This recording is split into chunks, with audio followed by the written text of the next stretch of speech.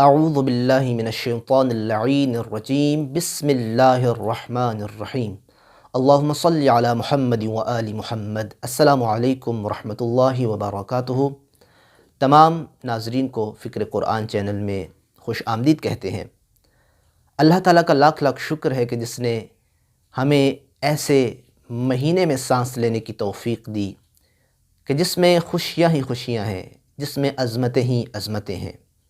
شعبان المعظم کا مہینہ، یہ شعبان المعظم واقعاً معظم ہے، کیونکہ اس میں اگر دیکھیں تو کہیں شہنشاہ وفا کی آمد ہے تو کہیں کریم کربلا کی آمد ہے، کہیں دیکھیں تو مہدی دوراں کی آمد ہے، یوسف زہرا کی آمد ہے۔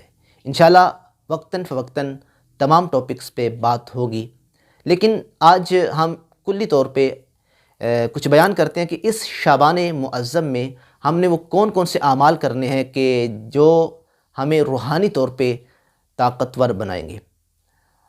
بڑے احباب کی خواہش بھی رہتی ہے کہ ہمیں کچھ مختصر اعمال بتایا کریں کہ جو ہم چلتے پھرتے اس کو ہم کریں اور ہمیں وہ سارے عظمتیں سمیٹنے میں ہمیں آسانی ہو۔ تو آج ہم انشاءاللہ بیان کریں گے کہ ماہ شعبان معظم میں ہم کون کون سے اعمال کر کے اپنی روحانی طور پہ اپنے آپ کو طاقتور بنا سکتے ہیں۔ شعبان معظم بہت عظیم مہینہ ہے۔ اس میں حکم ہے کہ زیادہ سے زیادہ استغفار کرو۔ استغفار کے مختلف طریقے بتائے گئے ہیں۔ استغفر اللہ واسألہ التوبہ، یہ ایک جملہ ہے، استغفر اللہ واسألہ التوبہ۔ روایات میں ہے کہ دن میں کم از کم 70 مرتبہ اس ذکر کو آپ پڑھیں، اپنے دل سے پڑھیں کہ میں اللہ آپ سے مغفرت طلب کرتا ہوں اور توبہ کا سوال کرتا ہوں۔ ایک تھوڑا سا لمبا جملہ ہے، استغفر اللہ الذی لا الہ الا هو الرحمن الرحیم الحی القیوم واتوب الیہ۔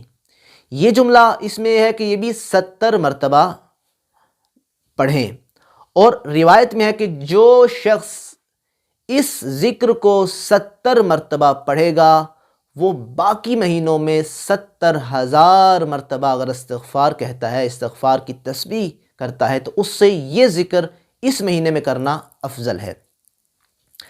یہ استغفار کرنا اپنے انداز میں اب استغفار کر سکتے ہیں، اللہ کے قریب ہوں، اللہ سے توبہ کریں، اپنے گناہوں کی معافی مانگیں۔ یہاں ایک بہت پیاری روایت ہے روزے کے بارے میں۔ روزے کی بہت زیادہ عظمت ہے، جیسا کہ حضرت امام جعفر صادق علیہ السلام ارشاد فرمایا کرتے تھے کہ تم روزے سے کیوں غافل ہو، ماہ شعبان کے روزے سے کیوں غافل ہو؟ پوچھا گیا یا ابن رسول اللہ اس کی عظمت کیا ہے؟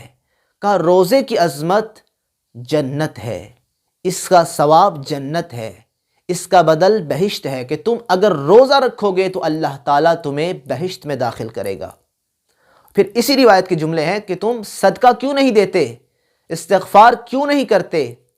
پوچھا گیا کہ اس میں صدقہ دینے کی کیا عظمت ہے؟ کہا جو شخص شعبان معظم میں صدقہ دے گا تو اللہ تعالیٰ اس کو اسی طرح پروان چڑھاتا ہے کہ جس طرح اونٹنی کے بچے کو پروان چڑھا کے عظیم الجثہ بنا دیا جاتا ہے۔ اونٹنی کا بچہ بڑا چھوٹا ہوتا ہے لیکن جب پروان چڑھتا ہے تو بہت بڑا ہو جاتا ہے۔ کہ تم چھوٹا سا صدقہ دو، اللہ تعالیٰ اسے بہت بڑھا دے گا اور اس کا ثواب تمہیں عطا کرے گا۔ اور پھر کہا کہ جو اس مہینے میں صدقہ دیتا ہے، میں صادق اپنی صادق زبان سے تمہیں یہ ذمہ داری سے بیان کر رہا ہوں، جو صدقہ دے گا تھوڑا صدقہ ہوگا لیکن اللہ اس کو قیامت والے دن احد کے پہاڑ سے بھی بڑھا دے گا، تم حیران رہ جاؤ گے۔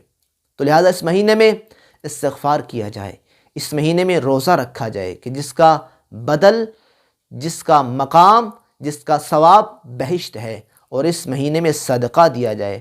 ویسے تو صدقہ اگر آپ دیں تو عام مہینوں میں صدقہ دینا اللہ تعالیٰ اس کو 700 گنا بڑھا دیتا ہے، لیکن اس مہینے میں صدقہ دینا اللہ تعالیٰ فرماتا ہے کہ میں احد کے پہاڑ سے بھی زیادہ بڑھا دوں گا۔ اور جنہوں نے احد کا پہاڑ دیکھا ہے وہ جانتے ہیں کہ بہت بہت بڑا پہاڑ ہے احد کا۔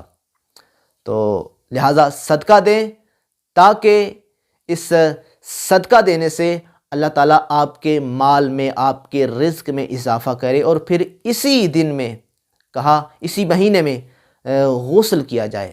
ظاہر ہے کہ غسل جو ہے وہ ویسے بھی جسمانی طہارت کا نام ہے، لیکن جب آپ ان غسلوں کو بجا لاتے ہیں کہ جو شریعت نے حکم دیا ہے، تو وہ آپ کے جسم کے ساتھ آپ کی روح کی طہارت کا بھی باعث بنتا ہے۔ غسل کریں، نیت کریں کہ پاک پروردگار میں یہ غسل کر رہا ہوں، میرا جسم بھی پاک کر دے، میری روح بھی پاک کر دے، تاکہ میں ایک نیا انسان بن کے ماہ مبارک رمضان میں قدم رکھوں۔ اور یہ ماہ شعبان گویا کہ مقدمہ ہے ماہ رمضان کا۔ امید کرتا ہوں کہ انشاءاللہ ہم ان اعمال کو بجا لائیں، تاکہ اللہ تعالی ہمارے جسم، ہماری روح کو پاک کرے۔